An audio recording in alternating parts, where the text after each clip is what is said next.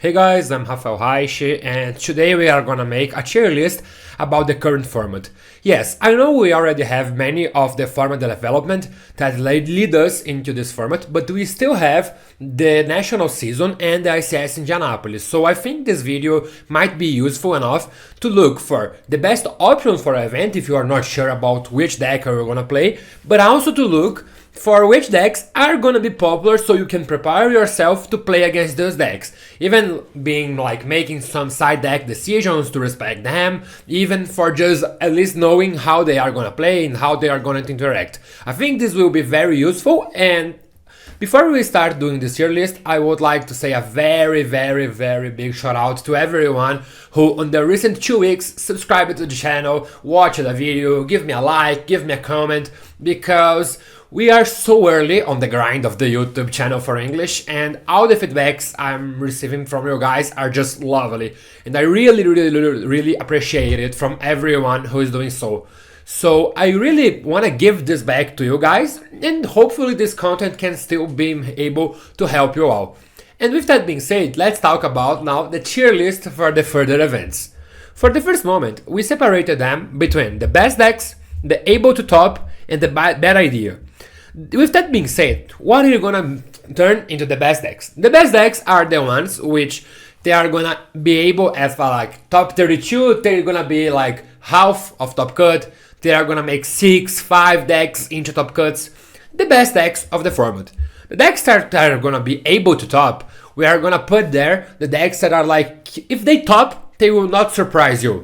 A good example on this is, for example, Pearly. Pearly is not a best deck. Of course, if you see like Pearly being the most represented deck over a top cut, you're gonna be surprised. But if like one Pearly makes into top 32, that's not a big surprise.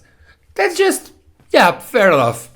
And the bad idea are for the decks that I think are not good enough to make into the top 32. The decks that, even though they still can pull through a 9 rounds Swiss event, a 10 rounds Swiss event, but I still don't think it's a good idea to enter an event with this deck. So that's why they're gonna be called bad ideas. Okay? With that being said, the first thing we are gonna discuss here are about the old Snake Eyes variants that we have right now. With that being said, the Pure version, the Kashira version, the Fire King version, and the Melodious Diva version. Okay, so let's start with the Pure version. It's not a surprise that this is the deck that has been topping the much, so of course it's one of the best decks. This deck playing crossout designators, infinite hand traps, they can perform very well over a meta game field. Like if you're gonna play a lot of mirror matches, for example, this deck should be amazing decision to make through the event. And of course, it's a solid decision. You will play plenty of hand traps, you have a lot of space for tech cards in your side deck to adjust your deck list for the matchups you are willing to play after side, so there is nothing much to say. But now, about the deck with Kashira, Melodious Diva, and the Fire King version, I think the Kashira version is very near, or in my opinion, it's even better than the Pure version right now. All the discuss here is about what do you prefer? Do you prefer Crossout Designator or do you prefer to draw a Kashira card? The Kashira cards, they are amazing to put up so much pressure when you are gonna play into a hand trap war. But the Crossout Designator is the card that can guarantee you that one of your opponent hand traps are gonna be dead and you can play through his board, his interruptions when you are trying to make your board. And in some scenarios, they can also be very similar. For example, if you open Crossout Designator plus Snake Eye Ash and your opponent has Effect Veiler, it's way better to have Crossout Designator instead of Kashira Unicorn. But at the point your opponent opens with like 2 hand traps, for example, it's way better to have the Kashira cards, because they will get you extra value, they will get like Birth to hand, they will get you to make IP Masquerena with the Unicorn, with the Birth, so that's gonna take out cards of your opponent's extra deck, and that will most likely guarantee you that you are not gonna die in this turn. So that's why I very much recommend you guys to at least test the Kashira version. I think the version is very good right now, and I still think is better than the Pure version. And with that being said, I still think the Fire King version and the Melodious version, they kinda look alike. On the recent weekend, we have plenty of Fire Kings making top over all the national events. On the Austrian national event, the Fire King was the only Snake Eyes deck to make into the top cut. That's because this deck is way better into a 10-pipe board than the Kashira version or the pure version. The Fire King cards, they make your deck way more aggressive than the Kashira version or the just hand traps version. The Kashira cards can help you a lot. Kirin is a machine card, like can destroy cards, summon itself back, can destroy the 10-pipe field spell, for example. So my top, this deck is able to top, and if your event is gonna be run by all the 10-pipe cards, I think that might be a good option for you to consider playing the Fire King version. But for a big event like ICS Indianapolis or all the big ICSs, I still don't think this version is better than the Kashira and the pure version. And the same has to be said about the Snake Eyes Melodious version. Even though a lot of good American players like Ruben Penaranda and Kamal Crooks have been playing this deck on the past, I still think this deck is more about like the people don't know how to play against it. And since this deck already got top cut at ICS Rio, the people are now starting realizing how to play against the Melodious cards. Of course, Ostinato is a machine card. Like, Ostinato is completely broken, it's the most broken card over this game right now, but the cost to play Ostinato is so high. You still have to play the 3 reframes, you still have to play your couplet, you still have to play your Melodious, the Melodious regular fusion, the concerto I think, and that cost is not good enough to be paid. Like, it's not like reframe is a bad normal summon. A normal summon of reframe can get you into your full combo, but still doesn't feel worth it because this is very weak into hand traps, like any hand trap at this game.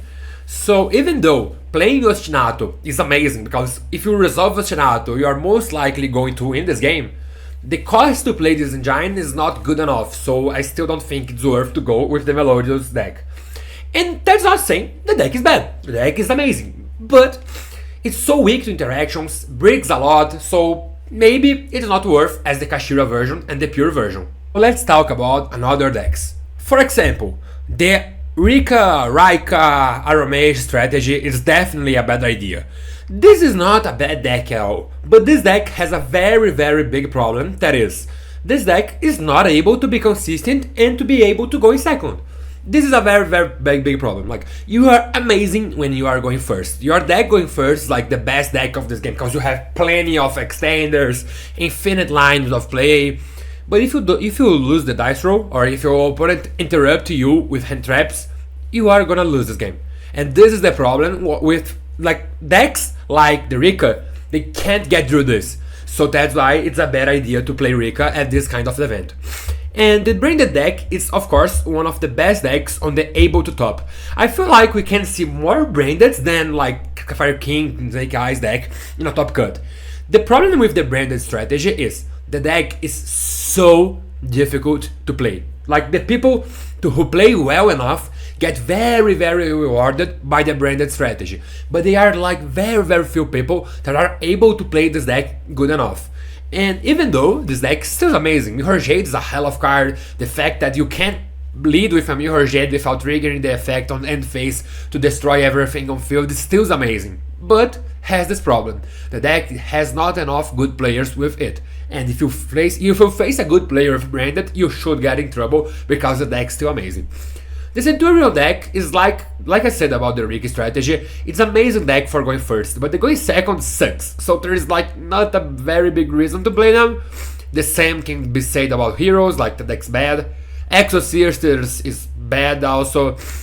And Flunderies, even though Flunderies is never a bad idea because the deck is always at least decent, I don't think this is the best moment right now to Flunderies to be played, because even against the Snake Eyes matchup, I feel like the Snake Eyes are getting way better against Flunderies. They are playing the Kashira cards that don't actually lose for the shifter, for example, and a lot of hand traps. A metagame with a lot of hand traps is very weird for the Flunderies, because like the people will interrupt you and you don't have enough pushes, you don't have enough pressure in your deck to let the people combo you.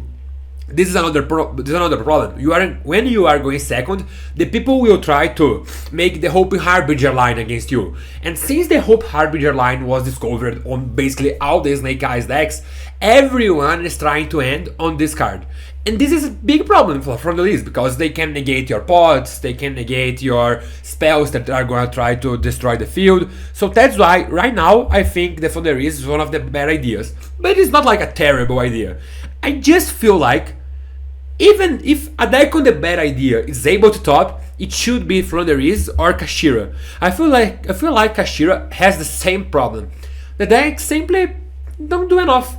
Even though the deck now is playing more hand traps than the Flunderis, and the Kashira monsters are standalone better, I still don't think that's good enough. Like, you can't make a good call. You can't choose like, oh, should I play aggressive here? Should I go for the Hate Raptor combos to make F0? Or should I should I stall my opponent and just like summon all the Kashira monsters and stop taking out cards off our opponent board? There is no such thing like a right call to make with Kashira, because either way you are gonna get punished for something. So it's more up to your odds on like, oh, how could I play this? That's why I don't actually recommend you to play Kashira.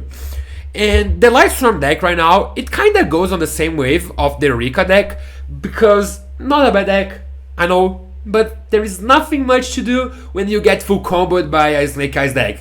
And you don't play hand traps, you kinda have to go very, very up in your number of cards. The deck simply is not consistent enough. That can't be said about the Voiceless Voice strategy. Even though I personally think this strategy is not the best, this deck results haven't been amazing from like a long time. This is only one of the only decks that is able to face up a Snake Eyes deck and still be a winner. Because the deck has so much redundant cards, like cards that do the same thing. So when you are trying to interrupt a Voiceless Voice deck, you are most likely not going to interrupt him, because they have like 5 to 6 cards that do exactly the same thing. And this is crazily good for this strategy. The Mage Spectre sucks, right? Nothing much to say. And, well, the Manadium strategy is also very decent right now. Even though the deck is not performing well, I think this deck doesn't get on the same step of the Rika, of the Lightstorm strategy, because this deck has been making some numbers. Over the Mexico National, that was the second biggest national we had this season right now, the Manadium made into top 16 and 2 of them made into the top 32. So we maybe get to see a Manadium getting into the top cut. Maybe. Let's not talk about how good the deck is, because this deck, I think this deck loses a lot when you are not playing Baron, when you are not playing the Borrowed Savage, 2 cards that got recently knocked by the ban list. But this deck still performing. The deck can play more tech cards, and the deck is way more able to be aggressive going second than all other decks we actually saw on this format. And now, the Melodious Diva is weird. Like, the plays you make with the Melodious Diva strategy is amazing. Like, you can go for the Aria and it's a hella card to take out of the board. But I still don't think this is enough to get you over a 10 rounds event. I still think Melodious is not a bad deck, might be able to top. I think Bad Idea is so rough with the Melodious, but I still don't think it's a very amazing deck. I feel like the deck do well, but it's not a good idea to play them, because like the deck has not a lot of flexibility over the plays they can make, and this is a bad thing to have in a long-term tournament. So, but still, the deck just made top 8 FICS Rio. A lot of good players are also playing the Melodious strategy. So, if you don't know what the Melodious strategy are willing to do, I really highly recommend you to look over all the cards, all the combos they are gonna make, because the deck has a lot of potential. I just don't think there's enough. Like, the Melodious strategy feels like so fair sometimes. You just keep your resources and hope to don't let your Aria getting out of the field, and that's all. And I still don't think this is good enough, but it's not bad. It's not bad. The Red Raptor is a terrible idea. I don't feel why you are gonna play the Rescue Ace strategy right now. Like, if you are going to play the Rescue Ace, you need to have all the cards that are like necessary to play the Snake Eyes strategy. So why in hell are you gonna play a deck that need to play 4 bricks to resolve your entire play? It's not like Rescue Ace is worse than Melodious Diva or Pearl. No, the deck is better, but just doesn't make any kind of sense to play the Rescue Ace right now, because if you have the cards to play the Rescue Ace in the complete build, it would be very better for you if you just play the regular Snake Eyes strategy. So that's why I think the Rescue Ace is not able to top right now, because the people won't play it. Now, Running Stun is the kind of deck that is, of course, able to top. Yeah, it's such a shame to play against Running Stun, but what can I say? The deck is good enough. Like, you just stun your opponent over your floodgates, over your running cards, and go through a deck out. And a lot of people are taking out the side deck cards for the Running Stun, because on the previous events the deck hasn't performed that well. But still a pain in the ass, and still a very decent option to enter an event.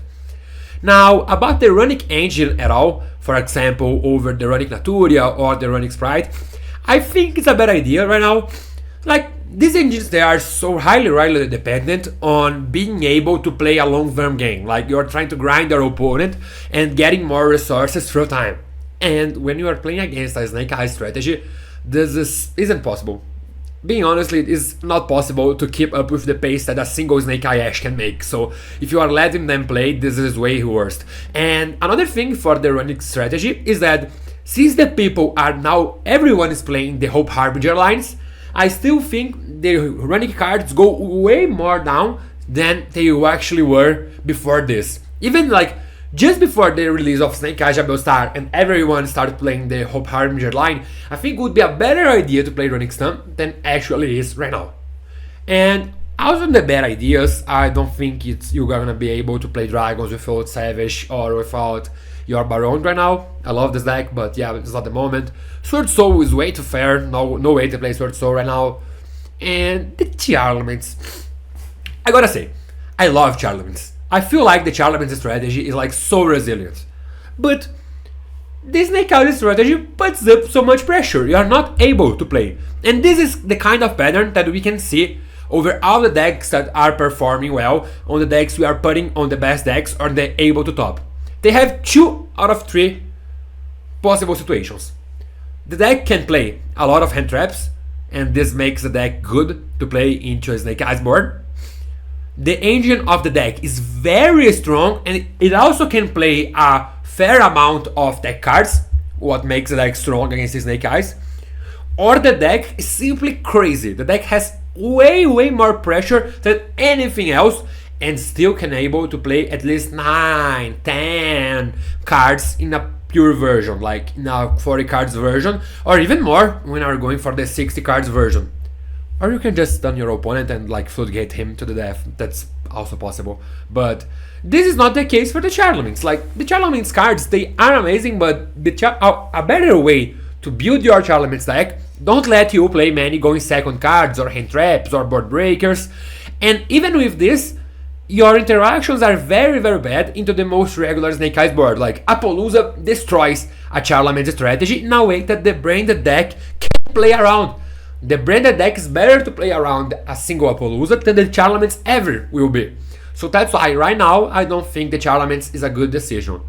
Thunder Dragon flopped, right? Like, the deck had so much potential, everyone was hyping up Colossus, but no one is playing right now because there is no such reason to play the deck. And here, Tempai Dragons. I feel like Tempai Dragons are also an amazing call for next events. Like, the deck is strong, the deck is cheap, besides the Trident Dragon, but you can ask your friends. The deck is strong, the deck is cheap, but the deck has a lot of problems. One of them I already addressed on my why you shouldn't play Tempai Dragons video. You should look right now. But if you already looked at this video, what can be a resume of everything I said? The deck is not a deck for well-known players, because if a well-known player enters our event with Tempai, everyone in the room after like 3 rounds, let's pretend Jess Cotton just entered an event with the Tempai Dragon deck. After the 3 first rounds he's playing, everyone will start making him going first. And the amount of advantage that you lose when you are going first is high enough that I think it's not a bad idea. It's not a good idea to bring Tempais for this event. It's of course a very good deck to make into top cut, but I don't feel like it's a deck to win an event. I feel like it's more possible to a voiceless voice to win an event than a Tempai Dragon, because out of this dynamic on a top cut, for example, everyone will try to make you go first, and your deck is not good enough to play well while going first, even though you still can play and go for the Heraldic Seal, for the Fang here, but this is not good enough, because if Heraldic Seal was good enough, we would have Dragon Link playing better. So yeah. Now we're gonna talk about like the Unchained and the Yubel strategy. I feel like the better version right now is not the pure Yubel, it's like the Unchained version playing some Yubel cards, and I gotta say I'm getting surprised with this deck. I feel like some very good American players will play this deck at ICS Indianapolis. I might be wrong, but I feel like this deck will explode after the ICS Indianapolis, because everyone is gonna start to realize how good the Nightmare Throne, for example, is in the Unchained strategy. And even though the deck has not been good enough yet, because deck has some tops here, some tops there, but the players who are playing this deck are very strong players. So if they bring this deck into the ICS Indianapolis, I think this deck will also perform well there, even though this is kinda of a mystery for everyone on the room, because no one really knows how good this deck is, or if the players are just coping on the Unchained Yubel strategy. And to be the last deck of this tier list, Labyrinth. Labyrinth is a solid deck. Like, it's not the best deck, the deck has a lot of counters, but the deck is making some numbers. It just won the ICS Mexico, the National of Mexico, sorry. Jess Cotton just bring a Labyrinth deck for ICS Rio. So it's the kind of deck that represents well the able to top. It's not a bad deck. It's not a terrible deck. It's just not good enough as the best decks are right now. But if you are in a good day, might be your day to make into top cut with your Labyrinth strategy. Well, with that being said, I hope you enjoyed this video. I hope you all find this enjoyable and usable for the next events. I hope you to subscribe, to give me a like, and with that being said, see you next video. Bye!